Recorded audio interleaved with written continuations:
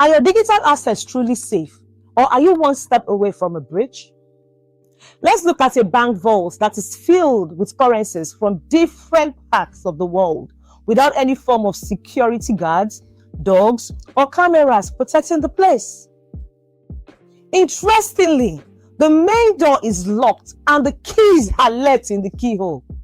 That is exactly what a weak credential is. What exactly is credential security? Credential security is when you protect your user credentials, usually your username as well as your passwords, from unauthorized access as well as misuse. Let's look at how unauthorized access can be gained to your passwords. The first method is what is referred to as credential stuffing. Credential stuffing is a menace right now. It is happening a lot. Credential stuffing is when an hacker uses stolen account credentials, usually from the email address as well as the password, to gain unauthorized access to a person's accounts. Now, usually they do this by using automated tools to score for login details, which are then run through several accounts. The reason credential stuffing is usually successful is because people reuse usernames and passwords across multiple sites. The second method is what is called the brute force technique. Now, the brute force technique manifests I know people two ways. The first way is what is referred to as a dictionary attack. Now, what is a dictionary attack? What this means is that the hackers will try to use their tools to look for every possible word in the dictionary to be able to guess the password. But the second technique, that is the brute force attack itself, is when a possible combination of characters are used to break a password. Usually, by doing this, they still use automated tools. So now, by understanding the different ways that your password can be stolen, how do you keep yourself safe? The first way is called creating a strong password. I always emphasize this in almost all my videos. You need to create a strong password. How do you do that? One of the techniques that I have found to be extremely successful when it comes to creating a strong password is to use a passphrase in a native tongue. Using a passphrase in a native tongue. When I'm talking about passphrase, I'm not talking of a password. Now, let me explain what a passphrase is. A passphrase is invariably not a sentence, but you just said something instead of one thing. I am going to school is a phrase instead of just saying school. So I am going to school is invariably a phrase. So rather, look for something in a native tongue. It may be your native tongue. It may even be in a native tongue you do not understand. It may even be in another language you do not understand. But then substitute some of the characters in the phrase with numbers, special characters, as well as the uppercase. Substitute some of those characters with numbers, special characters, and the uppercase. But most importantly, ensure that the passphrase is between 8 and 15 characters. What NIST is recommending is 8 to 15 characters. I would say 8 to 12 so that it can be something you can remember. Number 2, ensure you do not use the same password and username across multiple sites. For some people, the same username and password they are using on Facebook is the same username and password they are using on Instagram.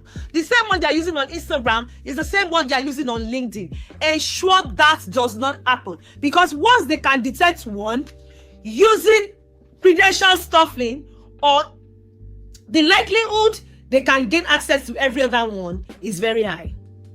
Number 3, develop the habit of changing your password every 90 days preferably. If you remember, ensure every 90 days preferably you change your passwords. Number 4, this is another one I always emphasize. Always use multi-factor authentication. Always use multi-factor authentication. Now, let me explain something to you about the way multi-factor authentication actually manifests. The way multi-factor authentication manifests is usually in 3 ways, but I'm sure a lot of people are either used to 1 or they are used to 2. Now, let me explain each of those ways so that you understand how you are supposed to use them. The first one is what is referred to as an SMS-based authentication. Now, the way that comes in is that it's going to send you like a code or what is called the one-time password as a text message to your phone. That's the one a lot of people know or they are used to. The second method, what is referred to as a token-based authentication. Now, if for some people that their banks are giving them a form of dongle or a device or the small thing that looks like a flash drive, usually they are referred to as tokens. These tokens, once you press them, it's going to give you a code. That code is a verification code that is also what is called a multi-factor authentication code. Now, that is the token-based authentication method. The third one is what is referred to as an authentication app. Now, the thing with the authentication app is that this is the method I love the most because it is very difficult to intercept. So I will advise that, especially when it has to do with finances, and it's not something that your bank has probably given you like a token, use an authentication app instead of simply basing on an OTP that is sent to your phone. Now, the most popular authentication apps are usually the Google Authenticator and Microsoft Authenticator. Those are the 2 most popular ones that a lot of people know about. However, there are other ones.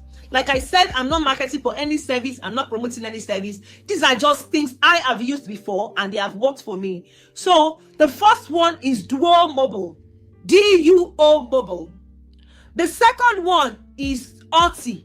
A-U-T-H-Y. Authy. Now, the third one is Aegis. A-E-G-I-S Authenticator. Aegis Authenticator. Now, the next one is 2FA Authenticator. You can do your research and find out if there are still other authenticator apps that you are more comfortable with using, or there are other ones that you love more than the ones that I have just mentioned. Number 6, I will encourage the use of password managers.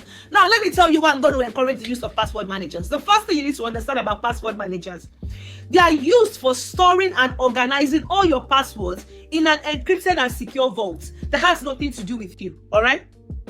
Number 2, they can help you to create strong, unique passwords for each of your accounts. Number 3, they make it easier for you to log into your accounts by pre-filling your credentials so that you don't have to memorize it. In essence, they create unique passwords. They create passwords that mix with the complexity of what passwords should be like, and it has nothing to do with you because it pre-fills it for you every time you need to use that account. Now, some of the popular choices, like I said before, that I have used and I have worked for me. I know some people may not like some of the versions or some of the tools I'm going to be mentioning right now. But like I said, I have used them before. They have worked for me. I know some of them were breached, so some people may be a bit skeptical. But the truth is, I have used it. They worked for me. They are popular choices, so I'm going to talk about them. The first one is NordPass. This is the one I love the most because I've used it for a very long period of time and it's always worked well for me. Number 2 is LastPass. Number 3, 1Password. Number 4, Keeper. Number 5, Google Password Manager. Now I'm going to talk about number 6. It is referred to as Bitwarden. Let me tell you how Bitwarden is different from everything I've just explained, or should I mention above. The truth with Bitwarden is that compared to all the others, it is a free option. So it is something that you can check out without having to pay for it. Now, I'm going to be talking about some additional steps you should take if you are an organization. Everything I mentioned ahead or before now was meant for whether it's a personalized system, whether it is an organizational based system. But the ones I'm going to be talking about right now, specifically if you are a small business or you have a device, I will encourage you to actually take the steps. The first step I want you to pay attention to is that always ensure that passwords on your end are either encrypted or hashed. Personally, I prefer that they are hashed and they are salted, but you need to understand that your policies should serve as a guide. Now, the second thing I want you to pay attention to is that you need to practice the principles of least privilege. Always practice the principles of least privilege. It's not about everybody having access to anything. Whether it's the CEO, whether it's the CFO, if he does not need to use it, he has no need to have access to that service. Now, the third thing I want you to pay attention to as an organization is that you need to monitor your networks consistently, especially in real time. That will help you to observe any abnormal activities within your infrastructure. Number 4, use a file integrity monitoring tool. Now, let me tell you the truth about file integrity monitoring tools. Some people refer to them as FIM tools. They will help you to know when a change has been made, especially when it is an unauthorized change on your system, on your network, on your service, on your network infrastructure. So a FIM tool is extremely something that you need to put. It's extremely important that you add it to your services. All right. Now, with a good understanding of what credential security is, as well as a high level of awareness to keep yourself safe, your online safety should be assured. Until I see you in the next video, don't forget to like and subscribe.